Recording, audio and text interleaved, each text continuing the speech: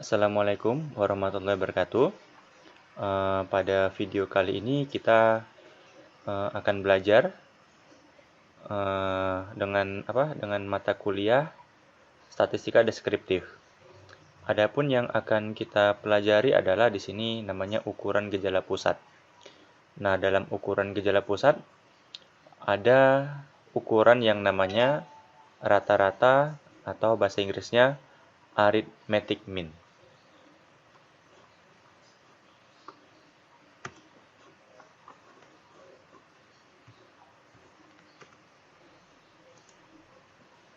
Nah, jadi yang akan kita bahas di sini ada 4 poin ya. Pertama, bahan bacaan. Nah, teman-teman, bahan bacaan saya adalah ini buku yang ditulis oleh Prem S. Mann.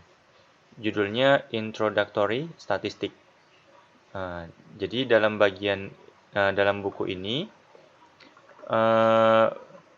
bab yang membahas tentang ukuran gejala pusat di bab, kita cek dulu di daftar pustakanya. Nah, ini dia. Di bab 3. Numerical Descriptive Measure. Measure of Central Tendency. Ini ukuran dari gejala pusat. Jadi, saya mengambil referensi dari sini. Dan juga saya mengambil referensi dari belajar statistika dengan R. Nah, untuk ini, teman-teman bisa menuju ke bab, ini dia. Ke bab 4 ya, ukuran gejala pusat. Teman-teman bisa download bukunya di www.statcoma.com. Teman-teman bisa download untuk bukunya di sini. Belajar statistika dengan R. Gratis. Oke, kita mulai saja. Poin 1 saya sudah memberitahu referensi bacaan saya, serta bisa di-download di mana. Yang kedua adalah, apa itu ukuran gejala pusat? Dan contoh dari ukuran gejala pusat itu apa? Baiklah. Nah, jadi ukuran gejala pusat merupakan suatu ukuran atau nilai yang letaknya cenderung terletak di pusat data. Itu dia. Kemudian, beberapa contoh dari ukuran gejala pusat, seperti ada namanya, mungkin teman-teman pernah mendengar namanya rata-rata. Bahasa Inggrisnya itu arithmetic mean. Seperti di referensi ini ada nih mean. Jadi atau bahasa lainnya itu adalah arithmetic mean. Kemudian ada lagi median. Ada lagi namanya modus, trim mean, weighted mean, geometric mean, dan sebagainya. Jadi ukuran-ukuran rata-rata, median, modus, trim mean, ukuran-ukuran ini dinamakan ukuran gejala pusat, atau bahasa Inggrisnya measure of central tendency, atau ukuran kecenderungan pusat. Tendensi bisa dikatakan gejala, tendensi juga bisa dikatakan kecenderungan. Jadi nilai-nilai ukuran ini letaknya itu cenderung terletak di pusat data. Nah, masing-masing ukuran ini, rata-rata, median, modus, trim mean, itu masing-masing memiliki rumus tersendiri. Otomatis kadang nilainya berbeda-beda. Meskipun demikian, nilai-nilai tersebut itu letaknya cenderung di pusat data atau di tengah-tengah data. Nah, misalkan ada contoh data seperti ini. Datanya ada 1, 2, 3, 4, 5, 6, 7, 8, 9, 10, 11, 11, dan datanya. Nah, data pada tabel 41 ini sudah diurutkan dari yang paling kecil 1 sampai yang paling besar 18. Nah, di sini kita bisa melihat bahwa rumus untuk menghitung rata-rata, atau bahasa lainnya rata-rata aritmatik, atau bahasa lainnya rata-rata hitung. Jadi rumusnya adalah ini dia. Jadi jumlahnya itu, nilainya itu dijumlahkan seluruhnya. X ini menyatakan nilai-nilainya, kita jumlahkan seluruhnya, kemudian dibagi dengan N, di mana N menyatakan banyaknya data. Jadi data pada tabel 41 bisa kita hitung nilai rata-ratanya. Pertama kita jumlahkan dulu keseluruhannya, 1 tambah 2 tambah 3 tambah 4 Nah, titik-titik ini maksudnya dijumlahkan sampai habis. Artinya 1 tambah 2 tambah 3 tambah 4 tambah 5 sampai tambah 18. Kemudian dibagi dengan 19. 19 ini merupakan banyaknya data. Jadi ada 1, 2, 3, 4, 5, 6, 7, 8, 9, 10, 11, 12, 13, 14, 15, 16, 17, 19. Jadi semua datanya itu ada 19. Jadi jumlah seluruh nilai, jadi sigma X dibagi N itu artinya jumlah seluruh nilainya dibagi dengan banyaknya data. Jadi ketika dijumlahkan, dibagi 19, kita perolehlah nilai rata-rata hitungnya, atau rata-rata aritmatiknya, 9,578947. Nah, teman-teman, jika teman-teman menyajikan datanya seperti ini data di tabel 41. Kita sajikan datanya mulai dari yang terkecil sampai terbesar. Kalau kita lihat, setelah kita hitung nilai rata-ratanya, kan 9,57. Jadi kalau kita lihat posisi 9,57, posisinya itu di sini. Kita bisa lihat bahwa posisinya itu kan cenderung letaknya di pusat data. Nah, itu dia. Itulah kenapa rata-rata ini termasuk ke dalam ukuran gejala pusat. Karena nilainya itu cenderung terletak di pusat data. Kalau letaknya di sini jauh dari pusat data. Jadi ukuran-ukuran lain nanti bisa dihitung median, modus, pasti letaknya cenderung di pusat data. Itulah kenapa rata-rata, median, modus, trim, mean itu dinamakan ukuran gejala pusat. Jadi nilai-nilainya itu cenderung letaknya di pusat data. Artinya datanya terlebih dahulu disajikan secara berurut. Ini kan berurut kan? Setelah datanya disajikan secara berurut, hitung nilai rata-ratanya. Kemudian coba kita lihat nilai rata-ratanya itu letaknya di mana. Biasa letaknya itu cenderung di tengah-tengah atau di pusat data. Nah, seperti itu dia. Oke, sekarang coba kita mau mempraktekkan bagaimana kita menggunakan software ya, R, untuk menghitung nilai rata-rata. Untuk itu, saya jalankan dulu RStudio-nya. Di sini pertama kita mau menggunakan software RStudio terlebih dahulu. Oke, ini lagi menjalankan RStudio-nya. Teman-teman, untuk belajar R, teman-teman bisa akses website ini. Untuk belajar basic tentang R, teman-teman bisa akses di ini.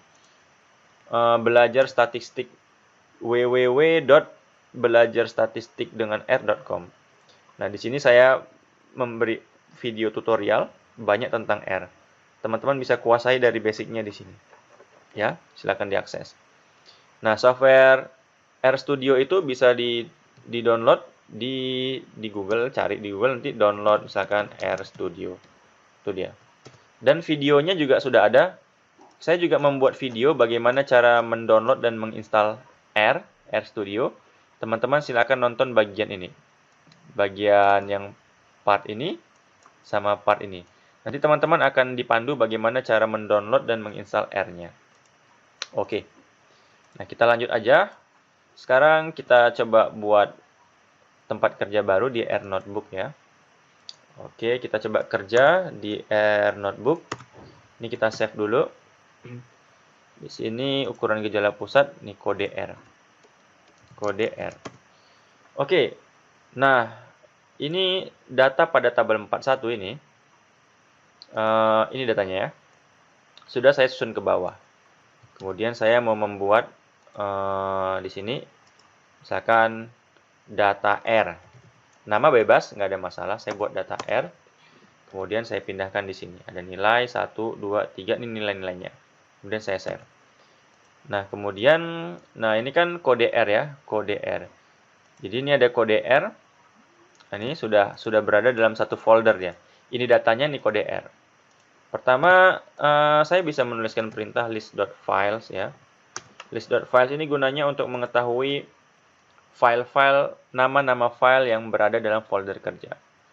Kemudian kita mau membaca data R ini. Ini akan kita baca. Nah, perintahnya di R itu kita bisa gunakan misalkan ambil data, misalkan ini nama boleh bebas ya, nggak hanya ambil data, mungkin ambil atau data gitu. Nah, ini perintahnya read.table, kemudian ini, kemudian sorry, read.table. Nah, ini dia header true, save. Ini dia. Kemudian di sini ambil data. Maka datanya sudah ada di sini. Ini datanya nilai ini kan ada 1, 2. Selanjutnya ini ada 19 row, artinya ada 19 data. Selanjutnya kita akan menghitung nilai rata-ratanya. Nah, kalau di RStudio kita menggunakan fungsi min. Fungsi min ini untuk menghitung nilai rata-rata. Nah, ini artinya kita coba menghitung nilai rata-rata dari ambil data. Ambil data tadi nilainya ini dia. Tapi ini biasanya error. Error kan? Karena di objek ambil data ini data frame. Maka kita harus buat kayak gini loh. Data, ubah data. Di sini ada ambil data. Di sini 1. Nah, coba lihat. Di sini ubah data. Kita lihat. Nah, apa perbedaan data yang di sini dengan data yang di sini? Nah, data yang di sini ini strukturnya merupakan data frame dia. Kalau kita buat is.dataFrame ambil data true, maka jawabannya true. Nah, dia tuh data frame. Jadi dia bukan vektor. Fungsi min ini fungsi min berlaku untuk vektor dia. Maka ubah data dapatlah nilai rata-ratanya 9,57. Min hitung nilai rata-rata dari ubah data ini. Inilah dia dapat nilainya. Itu ya. Nah, kita sudah berhasil menghitung nilai rata-ratanya atau ya nilai min aritmetiknya. Nah, selanjutnya bagaimana kita menghitung nilai rata-rata di software JASP. Sekarang RStudio-nya sudah kita keluar dulu. Teman-teman kalau ingin mempelajari lebih dalam di website saya tadi ya ini. Ini kita close dulu. Sekarang kita coba gunakan software JASP. Ini dia JASP. Oh, kayaknya software JASP-nya sudah saya sudah saya hapus ya. Ya sudah, nggak apa nanti. Kita coba hitung dengan menggunakan software StatCal. Oke, ini saya close ya. Ini yang terakhir. Nah, teman-teman sekedar informasi, software StatCal itu bisa di-download di www.statcal.com. Ya. Sekarang kita coba dulu. Ini kita close aja. Kita pilih yes. Kita jalankan StatCal-nya terlebih dahulu. Ini dia. Oke, ini kita close dulu. Oke, sekarang kita input datanya di bagian numerik. Kita copy datanya. Kita mau menghitung nilai rata-rata di StatCal. Kita atur kolomnya misalkan 30, jumlah barisnya 50 lah. Oke, misalkan nilai. Oke, sudah berhasil kita menginput data di StatCal. Kemudian kita hitung nilai rata-ratanya ya, deskriptif. Di sini. Kemudian kita pilih result. Maka hasilnya akan muncul seperti ini. Maka kita peroleh nilai rata-ratanya 9,5789. Hasilnya juga ada muncul nih outputnya. Oke teman-teman, demikianlah video dari saya. Semoga bermanfaat. Assalamualaikum warahmatullahi wabarakatuh.